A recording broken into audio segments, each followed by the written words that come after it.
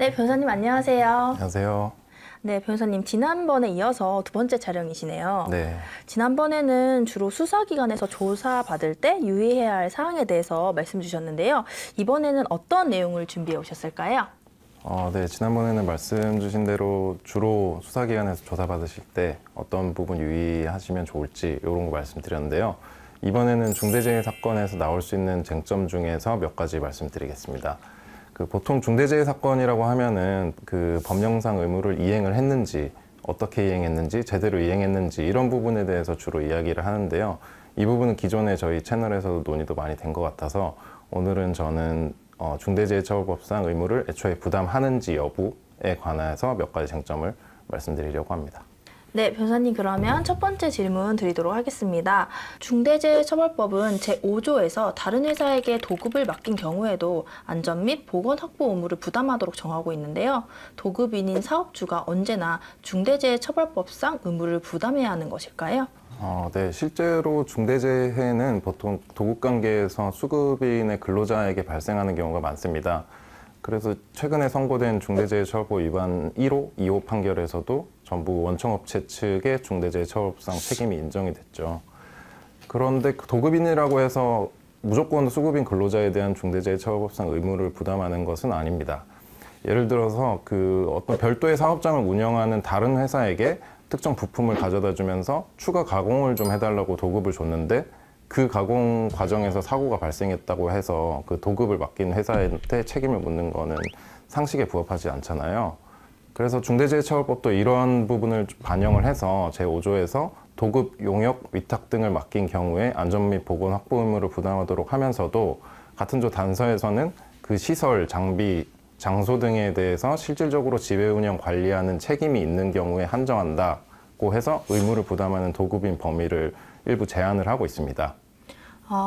책임이 있는 경우에 의무를 부담한다. 순환 논리 같기도 하고 실질적인 지배, 운영, 관리라는 표현이 추상적이어서 그 의미가 잘 와닿지 않는데요. 조금 더 구체적인 기준은 없을까요? 네, 이 부분에 관련해서 고용노동부는 첫 번째, 시설, 장비, 장소 등에 대하여 도급인에게 소유권이나 임차권, 기타 사실상의 지배력이 있는 경우, 그리고 두 번째, 도급인이 해당 작업에 수반되는 유해 위험 요인을 직접 통제하는 경우, 그리고 세 번째, 도급인이 사업을 위해 상시적으로 관리해야 하는 시설, 기계, 설비 등에 대한 유지보수 공사 등 업무를 도급 준 경우, 여기 어느 하나에 해당하면은 실질적으로 지배 운영 관리하는 책임이 인정된다고 해석을 하고 있고요. 반대로 첫 번째, 도급인의 사업과 직접적인 관련성이 적고 도급인의 사업과 분리되었다고 평가되는 경우, 두 번째, 도급인이 지배하는 특수한 위험 요소가 없거나 있더라도 중대재해의 원인이 아닌 경우, 세 번째, 재반 사정에 비춰서 사고 방지를 위해서는 수급인이 실질적으로 지배 운영 관리 책임을 부담하는 것이 더 적절하다고 보이는 경우에 모두 해당하면 위 책임이 인정되지 않는다는 입장입니다. 그럼 소규모 사업에 대해서는 중대재해처벌법의 적용 자체가 유예되고 있다고 들었는데 이건 맞을까요? 네, 맞습니다. 상시 근로자가 50명 미만인 사업 또는 사업장이거나 건설업의 경우 공사금액 50억 원 미만의 공사에 대해서는 중대재해처벌법 부칙 제1조에 따라서 공포한 날로부터 3년의 유예기간이 부여됩니다. 그래서 내년인 2024년 1월 27일이 되어야지 중대재해처벌법이 적용되도록 되어 있습니다. 그렇다면 상시 근로자 수와 공사 금액을 산정하는 기준에 대해서 말씀 부탁드리겠습니다. 중대재해처벌법령상에 이제 정의 규정이나 준용 규정이 좀 부족한 편이라 이 부분이 의외로 중대재해 사건에서 쟁점으로 되는 경우가 종종 있습니다. 만약에 부칙 조항이 적용을 받게 된다면 애초에 법 적용 자체로부터 배제가 되는 것이니까요. 수사기관 입장에서도 그렇고 수사를 받는 입장에서도 그렇고 이 부분이 쟁점이 되는 경우에는 상당히 중요한 이슈가 됩니다. 우선 상시근로자 수 개념은 근로기준법에 따르는 것인데요. 현재 사업주와 근로관계를 맺고 있는 상태라면 휴가, 휴직, 정직 등으로 출근을 하고 있지 않더라도 모두 상시근로자 수에 포함이 됩니다. 반면에 협력사 등 수급인 쪽 근로자들은 근로기준법상 도급인의 근로자가 아니니까 당연히 여기서의 상시근로자 수에는 포함이 되지 않는데요.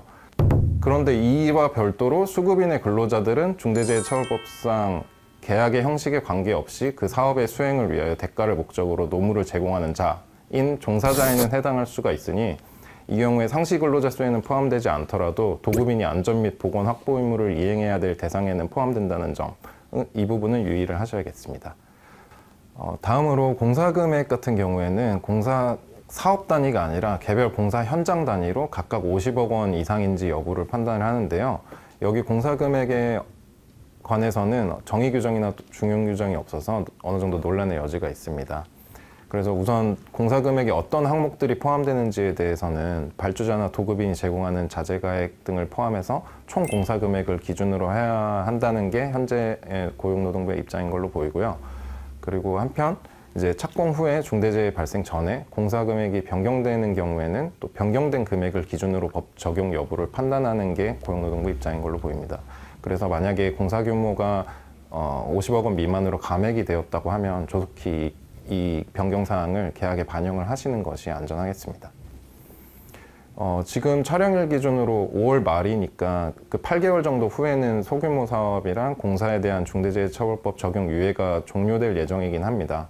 그런데 그래도 그 전에 이제 적용 대상에 해당하게 될 수도 있고 법 개정에 따라서 이제 유예 기간이 연장될 가능성도 지금은 없지 않아 보이니 이 부분 이슈에 대해서도 어느 정도 파악하고 계시는 게 필요하다고 보입니다.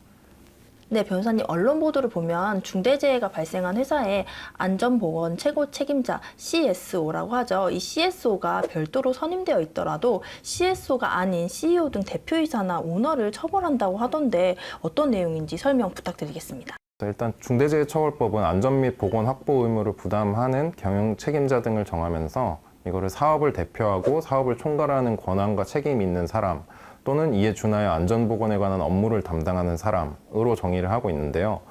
언론에서 보도된 것과 같이 수사기관은 안전보건에 관한 업무를 담당하는 임원으로서 CSO가 선임된 경우에도 안전보건에 관한 실질적 최종적인 권한과 책임이 있다고 해서 회사의 대표이사나 오너에게 그 책임을 묻고 있는 그런 경향이 있습니다.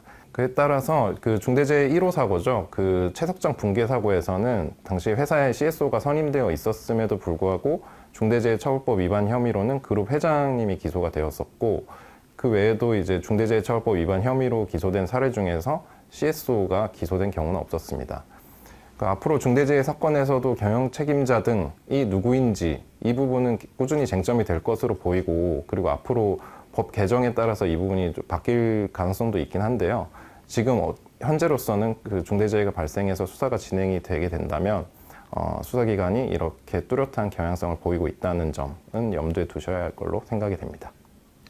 네, 변호사님 오늘 인터뷰 정말 감사합니다. 그럼 마지막으로 하고 싶은 말 한마디만 해주시면 감사하겠습니다.